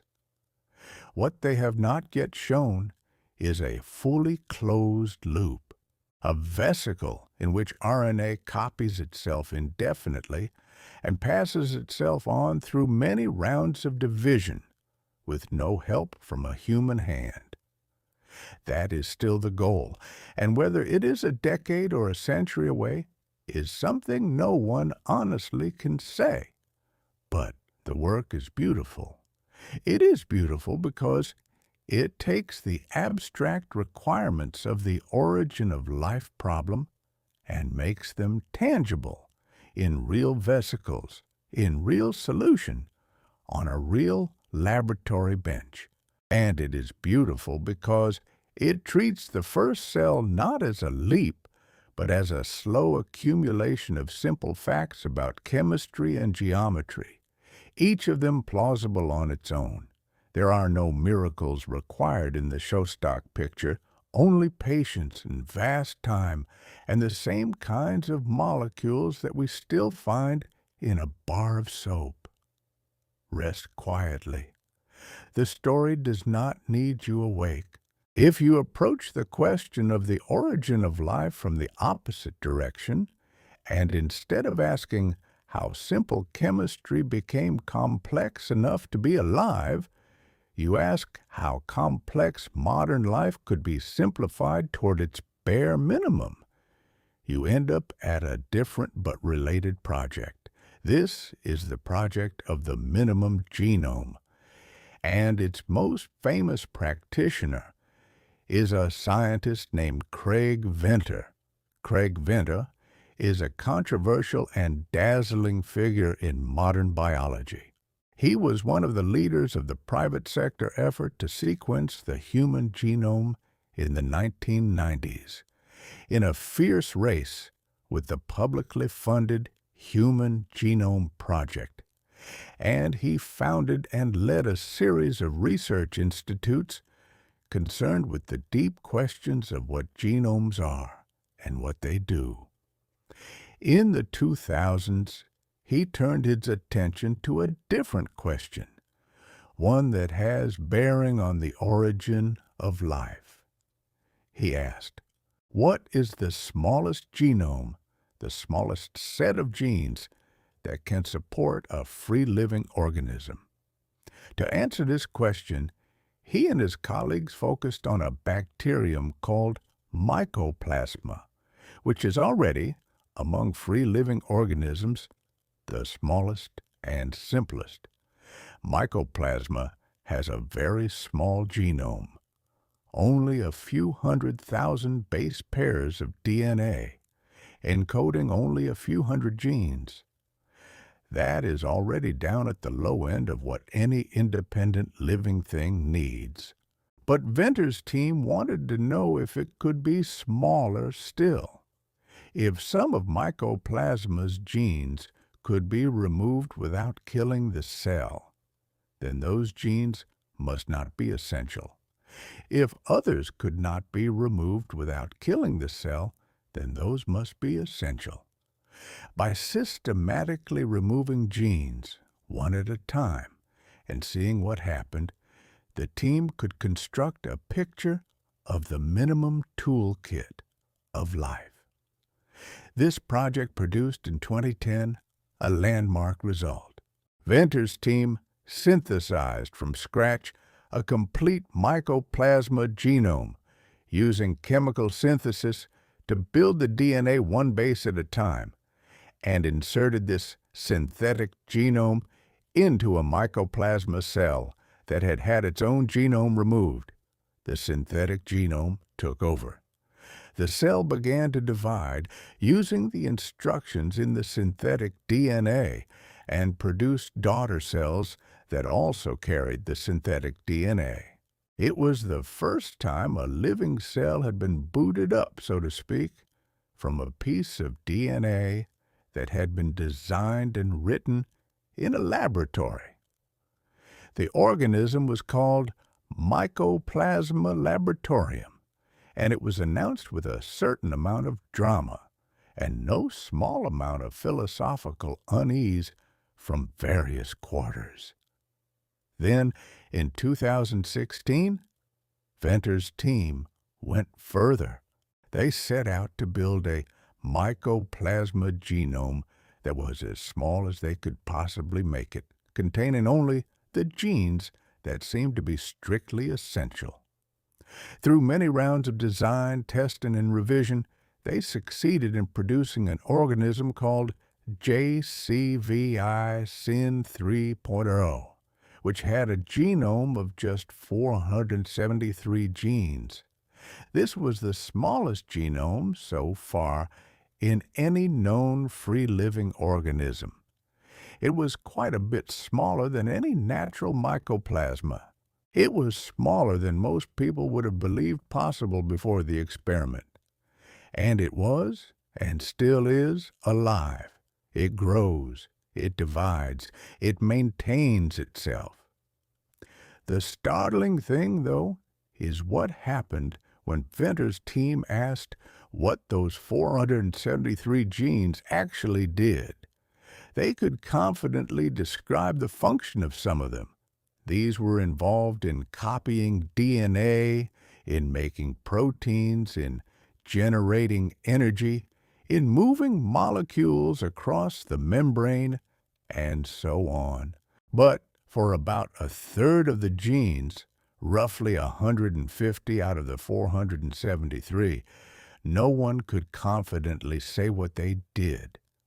These genes were essential in the sense that removing them killed the cell. But their molecular functions were unknown. They were genes without which life could not go on, and yet we did not know what they were for. Think about that for a moment. This is the smallest genome that has yet been assembled to support a living cell. It has been reduced to what is thought to be almost pure necessity, with every non-essential gene stripped away. And still, a third of its content is a mystery to us. Even at this stripped-down level, life is doing things we do not yet understand. Even at the very bottom of biological complexity, there is a floor we have not yet reached. For the question of the origin of life, this matters in a particular way. It tells us that the transition from non-life to life did not need to produce anything as elaborate as a modern bacterium. It only needed to produce something with the equivalent of, at most, a few hundred essential functions. It suggests that the minimum living thing may be much simpler than a modern cell. It also, more soberingly, tells us that even that minimum is not something we currently understand well enough to reconstruct from scratch. The origin of life produced at some point an organism that could support itself. We can now build synthetic versions of that kind of organism, but we cannot yet build one from non-living parts. The gap between chemistry and biology has been narrowed considerably, but it has not been closed. Someday, perhaps, it will be.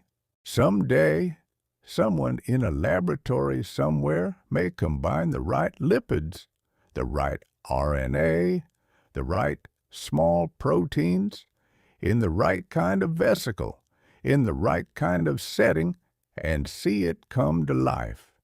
Not this year, not this decade probably, but someday. And when that happens, we will have crossed in a small glass container on a laboratory bench, a bridge that the Earth herself crossed once 4 billion years ago. The room is very quiet. The idea is very large. Neither of them minds the other. We have been assuming throughout this story that life began on Earth, and this is what most origin of life researchers do assume, and it is where most of the work has been done. But there has always been a quieter, older idea running alongside the mainstream ideas that says perhaps life did not begin here at all. Perhaps it began somewhere else and came here. This idea is called panspermia, and though it is at the fringes of the field, it deserves a section of its own, because it has been proposed seriously by several very serious scientists. The word panspermia comes from Greek roots meaning seeds everywhere. It was used in something like its modern sense by the Swedish chemist Svante Arrhenius in the early 20th century. Arrhenius, who had won the Nobel Prize in Chemistry in 1903 for his work on ionic dissociation, proposed in 1908 that microbial life could be propelled through space by the pressure of starlight, drifting from one solar system to another over immense periods of time and eventually seeding new planets wherever it happened to land in favorable conditions. The mechanism in that early version was somewhat implausible because most spores would be destroyed by ultraviolet radiation during their long transit. But the underlying idea that life might be a cosmic rather than a planetary phenomenon has kept resurfacing.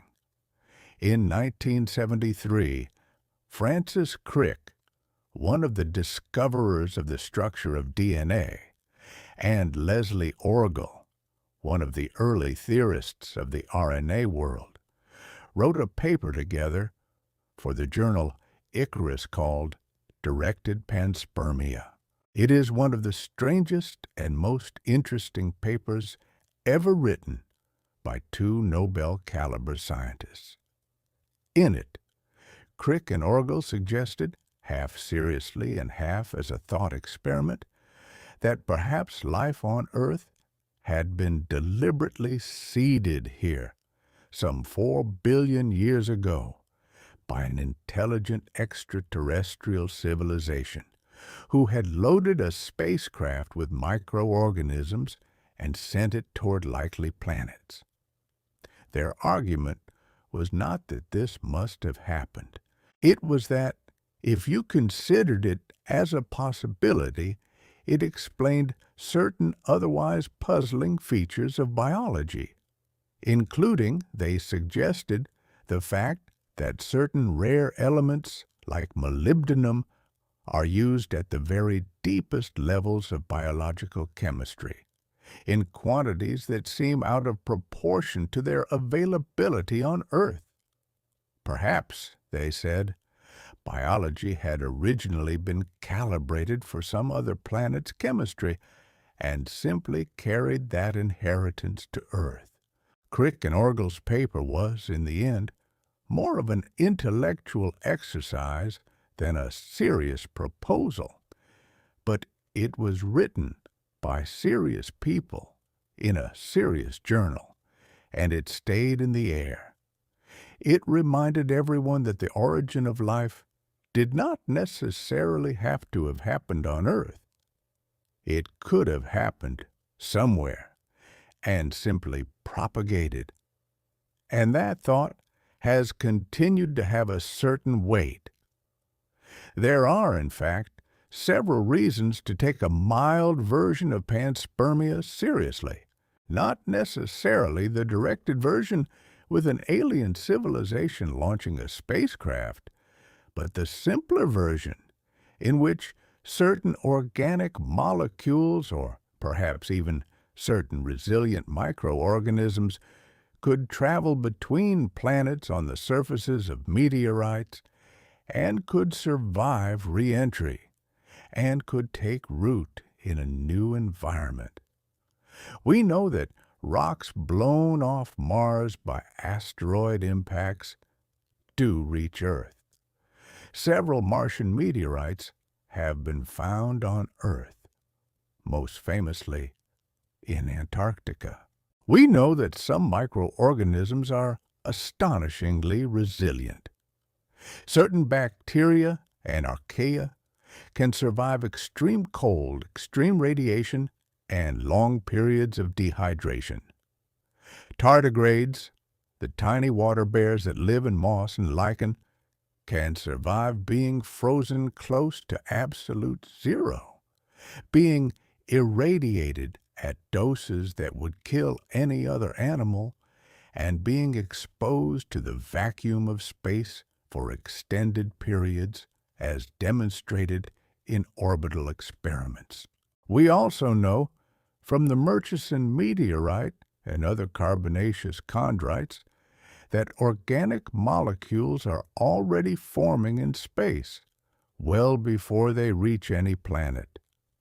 The Murchison meteorite, when it fell in Australia in 1969, was found to contain a rich set of organic compounds, including nearly 100 amino acids, some of which are the same amino acids used in Earth's biology, and others of which are exotic and unknown to Earth's biology. This tells us that at least some of the chemistry of life is already happening out in the dust of the solar system, in the parent bodies of asteroids, and that the raw materials for life can and do arrive on Earth from space in considerable quantities. So even the most conservative reading of the situation includes some element of panspermia. The chemistry of life, if not life itself, was almost certainly delivered to the early Earth, in part by meteorites and comets. Some of the amino acids in your body may have been originally forged in a chunk of rock that spent hundreds of millions of years drifting through the outer solar system before it was pulled into Earth's gravity well and burned through the atmosphere. That is not fringe science. That is the mainstream view. Whether entire microorganisms could have made a similar journey from Mars or from somewhere farther is a separate and more speculative question. It cannot be ruled out. If life had begun elsewhere first and been transported here by chance, then the origin of life would not have happened on Earth at all. The chemistry we run through in this story, the theories of RNA worlds and alkaline vents and iron-sulfur surfaces would still apply, but they would apply to some other planet, some other setting, some other quiet corner of the universe. And Earth would simply be the place where a traveler had landed and found the conditions comfortable enough to stay. Most researchers at present do not think this is what happened. Most think that the origin of life was most likely an Earth-based event. But the possibility of panspermia is not zero.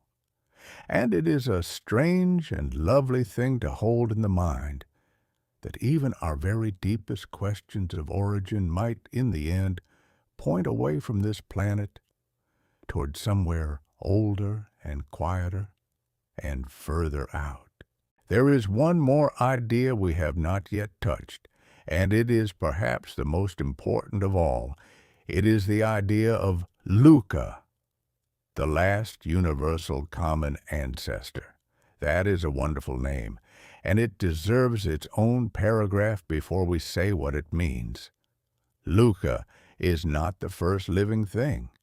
LUCA is not the origin of life. LUCA is something quieter and later and in a sense more knowable.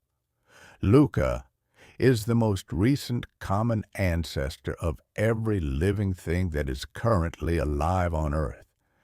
Every bacterium, every archaeon, every plant, every animal, every fungus, every fish, every fern, every child asleep tonight. Trace the genealogical tree of life backwards, and every branch converges eventually to a single organism or a single small population of organisms that live somewhere on the early Earth and that all of us can call our shared great-grandparent. That is LUCA. We do not have a fossil of LUCA. We do not have a photograph of LUCA.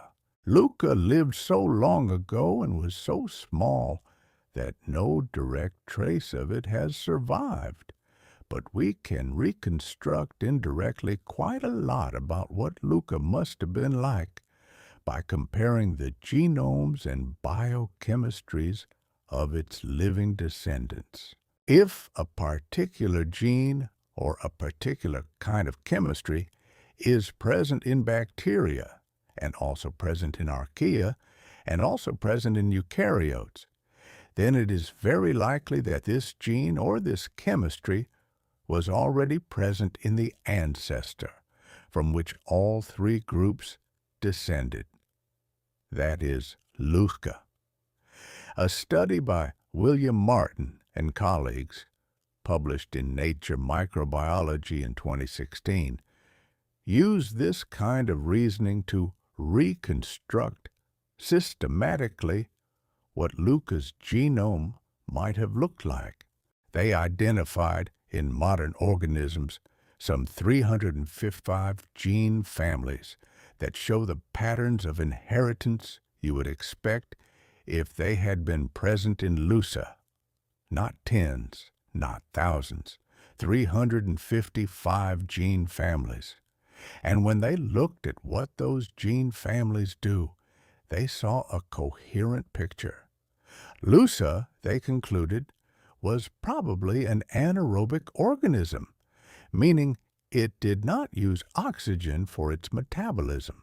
This is not surprising, because there would have been very little free oxygen in the atmosphere 4 billion years ago. It was probably a thermophile, meaning it lived at high temperatures, favoring warm settings around volcanic activity or hydrothermal systems. It used hydrogen gas as a source of electrons for its metabolism.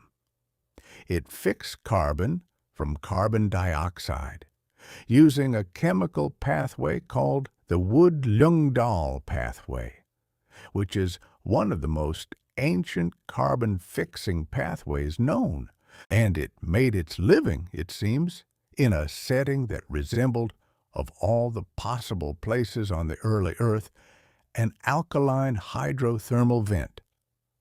That last conclusion is not universally accepted. There are debates about how confidently we can identify LUCA's habitat. There are debates about which of the reconstructed genes were really present in LUCA and which were added later in one or another lineage. There are debates about how many organisms LUCA really was, whether it was truly a single ancestor or more of a fluid population of interbreeding early cells. The picture is a picture in soft focus, not a photograph. But the picture is real, and it is one of the most remarkable pictures in modern biology. Think of it this way. 4 billion years ago, on a planet whose atmosphere was very different, whose oceans were shallower and hotter, whose surface was much more geologically active than it is now, there was a small living thing somewhere. It was, most likely, tiny. It was, most likely, single-celled. It was, most likely, tucked into some warm setting near a source of chemical energy. It knew nothing about anything. It was doing what all living things have always done. It was eating and copying itself and dividing. And every single living thing on Earth, right now, tonight, is a direct genealogical descendant of that one organism. Not a metaphorical descendant, a literal one. You are related to every creature you have ever heard of, through an unbroken chain of parents and grandparents and great-grandparents, running back through 4 billion years of history to that first small population. There has not been a single break in the chain of life since then. Not one, not a single moment, when the last of your ancestors died before reproducing. In every generation, without exception, at least one of the cells that would eventually become you managed to divide or to combine with another cell or to leave a viable descendant. The line has not broken. The line does not break. It reaches all the way back to LUCA, 4 billion years ago, and it reaches from LUCA forward right into the room you are in right now. That is one of the most quietly extraordinary facts about being alive. And it is one of the facts that does not require any of the origin of life questions to be settled in order to hold. Whether life began in a warm little pond, or on the surface of an iron-sulfur mineral, or in the mineral pores of an alkaline vent, or in a fatty acid vesicle in some quiet corner of the early ocean, or on some other planet altogether, the chain from LUCA to you is real and unbroken, and cannot be interrupted by the fact that we do not yet know its full history. The room is still very quiet, the blanket is still very warm, and LUCA is a small, silent presence in the deep past, and is somehow also here. We have now walked through the main theories of how life might have begun, and it is worth pausing before we move toward the close to take a very quiet, very honest inventory of what we do not yet know. Because a great deal of what we have been describing tonight is still in the category of hypothesis, not established fact, and it would not do to leave the impression that everything has been solved. The most important thing that we do not know, and that no laboratory has yet been able to demonstrate, is the actual transition. No one, in the 70 years since Stanley Miller's experiment in 1953, has produced in a laboratory, from non-living materials, a living cell. Not one. Every experiment that has come close in some particular respect and fallen short in others. Every theoretical scheme that has been proposed for how the transition might have gone has some gap in the middle, some step that has been more asserted than demonstrated. This is the great unfilled space in the field, and it is the space that everyone who works on the origin of life is trying, in one way or another, to fill. We do not know with confidence whether the RNA world came first, or metabolism came first, or whether they arose together in some setting like an alkaline vent, or whether the truth involves elements of all three. There are strong arguments for each view, and none of them can be definitively confirmed or ruled out with the evidence currently available. It is possible that some future discovery will settle the question. It is also possible that the answer will turn out to be more complicated than any of the current schemes, that the actual history of the origin of life involved contributions from many kinds of chemistry, on many kinds of surfaces, in many kinds of settings, and that no single clean picture will ever be adequate to describe it. We do not know where on earth life began. It could have been in a shallow pond somewhere. It could have been at the bottom of the deep ocean. It could have been in a hot spring, or in a tidal pool, or on the surface of a mineral outcrop. Different theories favor different settings, and there is not, at present, a way to look at a piece of rock 4 billion years old and say, definitively, life began here. The oldest rocks that show any hint of biological activity are around 3.5 billion years old, and even these carry only the faintest chemical whispers of what might have been early metabolism. There is no fossil record of the transition itself. The rocks in which it happened were long ago eroded, or subducted into the mantle, or transformed beyond recognition by the geological processes of a restless planet. We do not know how long the transition took. It might have been a matter of a few 100,000 years. It might have been a matter of several 100 million years. The gap between the formation of the Earth about 4.5 billion years ago and the first plausible chemical evidence for life somewhere between 3.5 and 4 billion years ago gives us at most a window of about 1 billion years in which the whole transition from non-life to LUCA would have had to occur. That is a very long time, by human standards. It is also potentially very short on the timescale of chemistry, especially chemistry that has to organize itself into something as complicated as a cell.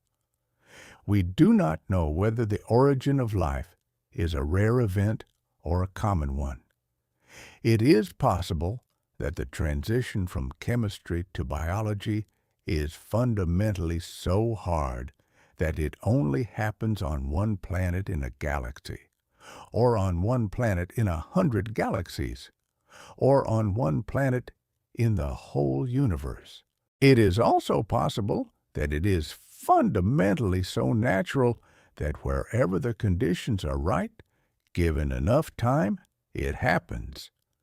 If the second is true, then the universe is probably full of life, though most of it is likely simple, and most of it is far away, and most of it we may never encounter.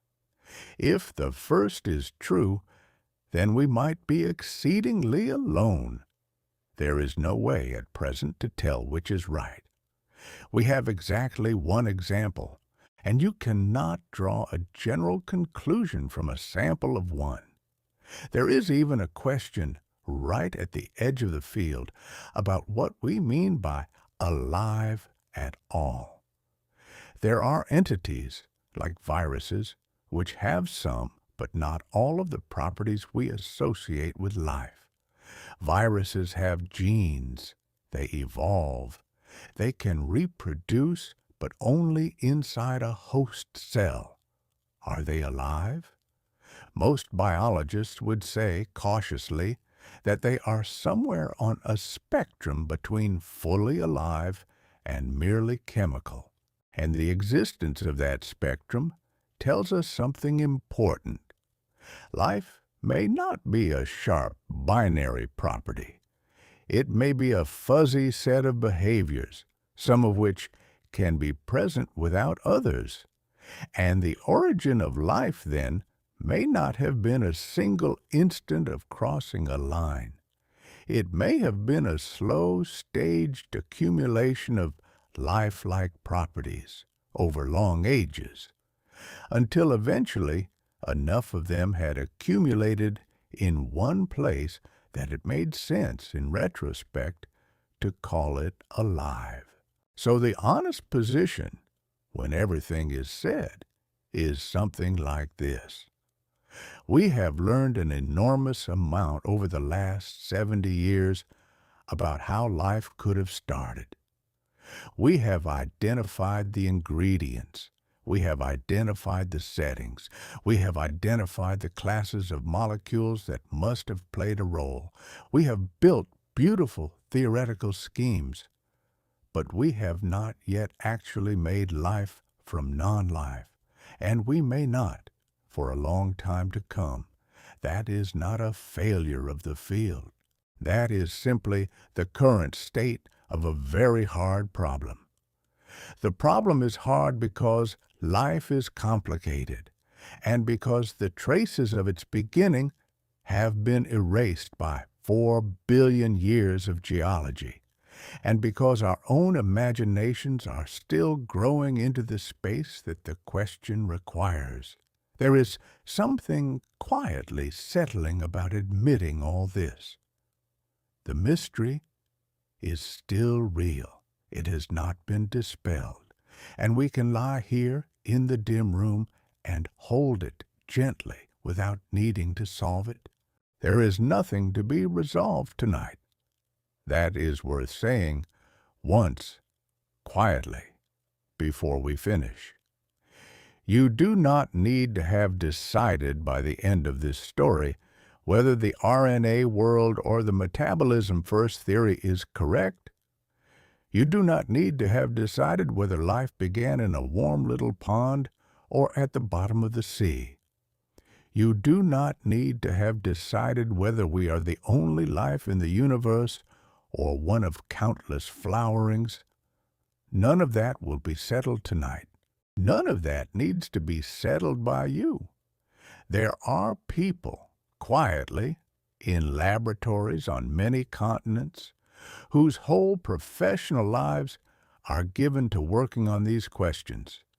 They are working on them right now, while you are lying here. They are running experiments and reading papers and trying variations and sometimes making small progress and sometimes making no progress at all. And the work will continue tomorrow and the day after that, and slowly over decades, the picture will become clearer than it is now. Your part of the story tonight is only to lie still, to breathe, to let the mind loosen from the great question and settle into the small facts of the room, the weight of the blanket, the temperature of the air, the dim shape of the lamp on the bedside table, the soft ticking of some clock somewhere in the house.